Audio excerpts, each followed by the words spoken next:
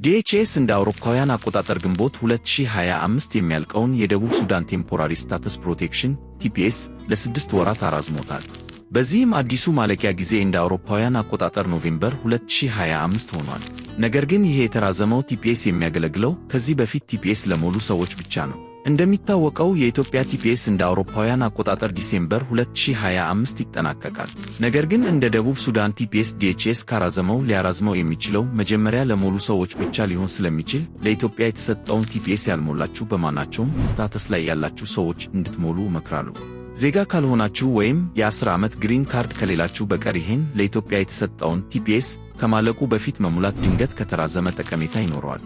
በተለይ አሳይለም ላይ ያላችሁ ሰዎች እና ለTPS ብቁ የሆናችሁ ሰዎች ጊዜው ከማለቁ በፊት እንድትሞሉ እመክራለሁ።